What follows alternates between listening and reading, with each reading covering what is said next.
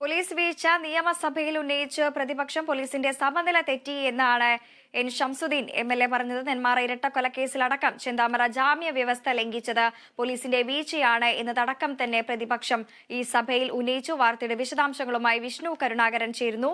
വിഷ്ണു, സഭയിൽ പോലീസിന്റെ വീഴ്ചയിൽ വലിയ രീതിയിൽ ഒരു പ്രതിഷേധം തന്നെയാണ് പ്രതിപക്ഷം ഉന്നയിക്കുന്നത്. വിവരങ്ങൾ എങ്ങനെയാണ്? സംസ്ഥാനത്ത് വർദ്ധിച്ചു വരുന്ന കൊലപാതകങ്ങൾ അടക്കമുള്ള കുറ്റകൃത്യങ്ങളിൽ പോലീസ് വലിയ വീഴ്ച വരുത്തുന്നുവെന്ന് ചൂണ്ടിക്കാട്ടി തന്നെയാണ് പ്രതിപക്ഷം ഇന്ന് നിയമസഭയിൽ അടിയന്തര പ്രമേയത്തിന് നോട്ടീസ് നൽകിയത്. ഏതായാലും പ്രതിപക്ഷ ഭാഗത്തു നിന്നും എൻ ഷംസുദ്ദീൻ എം.എൽ.എ ആണ്, മണ്ണാർക്കാട് എം.എൽ.എ ആണ് ഇപ്പോൾ ഈ അടിയന്തര പ്രമേയത്തിന് നോട്ടീസ് നൽകിയിട്ടുള്ളത്.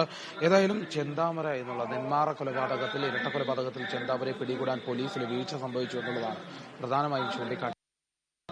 കൊലപാതകത്തിൽ വീഴ്ച വരുത്തിയത് അത് വലിയ തിരിച്ചടിയായി. അതോടൊപ്പം തന്നെ നേരത്തെ കൊലപാതകം ചെയ്ത പ്രതിയാണ് അദ്ദേഹം, രണ്ടാമത് വീണ്ടും കൊലപാതകം ചെയ്യുമെന്ന് ആവർത്തിച്ച് പറഞ്ഞപ്പോൾ പോലീസ് അതിൽ വീഴ്ച വരുത്തി അയാളെ തടങ്കൽ പാർപ്പിക്കാൻ, അല്ലെങ്കിൽ പോലീസ് അയാളെ പിടികൂടി പോലീസ് പിടികൂടേണ്ട സാഹചര്യം ഉണ്ടായിരുന്നു. ഇത്തരത്തിലുള്ള അവസ്ഥ ഉണ്ടായപ്പോൾ അത് പോലീസ് കാര്യമായി പരിഗണിച്ചിട്ടില്ല. അത് പിന്നീട് കൊലപാതകത്തിലേക്ക് നയിച്ചു. പകരം അനാഥയായ ഒരു പെൺകുട്ടിയെ ഇനി സർക്കാർ ഏറ്റെടുക്കേണ്ടി വരുമെന്നുള്ള ചോദ്യം കൂടി ഉയർന്നു വന്നിരുന്നു. അതോടൊപ്പം തന്നെ ഈ മറ്റു കുറ്റകൃത്യങ്ങളും, അതായത് ഈ പോലീസ് ഗുണ്ട നേതാക്കളുമായുള്ള ബന്ധം, ഗുണ്ടകൾ അഴിഞ്ഞാടുകയാണ്, സംസ്ഥാനത്ത് ഒട്ടും സുരക്ഷയില്ല എന്നടക്കമുള്ള കാര്യങ്ങൾ ഊന്നിക്കൊണ്ട് തന്നെയാണ് പ്രതിപക്ഷം സഭയിൽ പ്രതിഷേധം അറിയിച്ചത്. സമൂഹത്തോട് പ്രതിബദ്ധതയായി പെരുമാറാൻ പോലീസിന് കഴിയുമെന്നാണ് മുഖ്യമന്ത്രി പറഞ്ഞത്. അതായത് പോലീസ് ജനകീയ സേന എന്ന പേര് അനർത്ഥമാക്കിക്കൊണ്ടിരിക്കുകയാണെന്ന് മുഖ്യമന്ത്രി പറയുന്നു.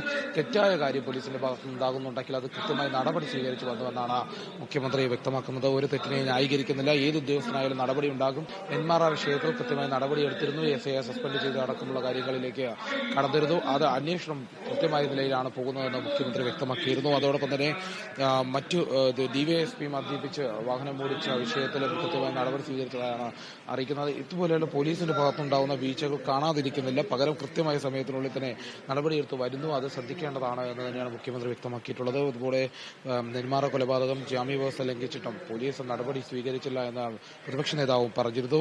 കേരളത്തിൽ ഗുണ്ടകൾ സമ്മേളനം നടത്തുകയാണെന്നും എല്ലാ സ്ഥലത്തും യോഗം കൂടി ബർത്ത്ഡേ പാർട്ടി വരെ നടത്തിവരികയാണെന്നും ഇവരുമായി പോലീസിന് ബന്ധമുണ്ടെന്നുമാണ് പ്രതിപക്ഷ നേതാവ് ഉന്നയിച്ച മറ്റൊരു ആരോപണം.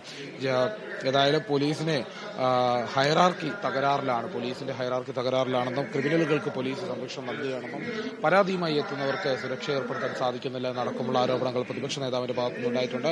സ്ത്രീകളെ നിലത്തിട്ട് ചവിട്ടുകയും കുഞ്ഞുങ്ങളെ ആക്രമിക്കുന്ന സാഹചര്യത്തിൽ വരെ പോലീസ് കടന്നിരിക്കുന്നു എന്നാണ് പ്രതിപക്ഷ നേതാവ് ഉയർത്തിവന്ന ആരോപണം. ചങ്ങലയ്ക്ക് ഭ്രാന്ത് പിടിച്ചു എന്നാണ് അദ്ദേഹം ഇതിനെ ചൂണ്ടിക്കാട്ടി പറഞ്ഞത്. ഏതായാലും മയക്കുമരുന്ന് കേസിൽ ശതകോടീശ്വരനെ പിടികൂടി എന്ന് പറയുമ്പോൾ പോലും കൊക്കൈൻ കേസുകളിൽ പോലും സംസ്ഥാനത്ത് മറ്റു പ്രതികളെ എന്തുപോലും വിട്ടയച്ചിരുന്നുവെന്നും സർക്കാരിനെതിരെ ശക്തമായ ഭാഷയിൽ പ്രതിപക്ഷ നേതാവ് ആഞ്ഞടിച്ചു. ഏതായാലും കേരളം ഗുണ്ടകളുടെ കയ്യിലാണ് എന്നാണ് പ്രതിപക്ഷ നേതാവ് പറഞ്ഞിരിക്കുന്നത്.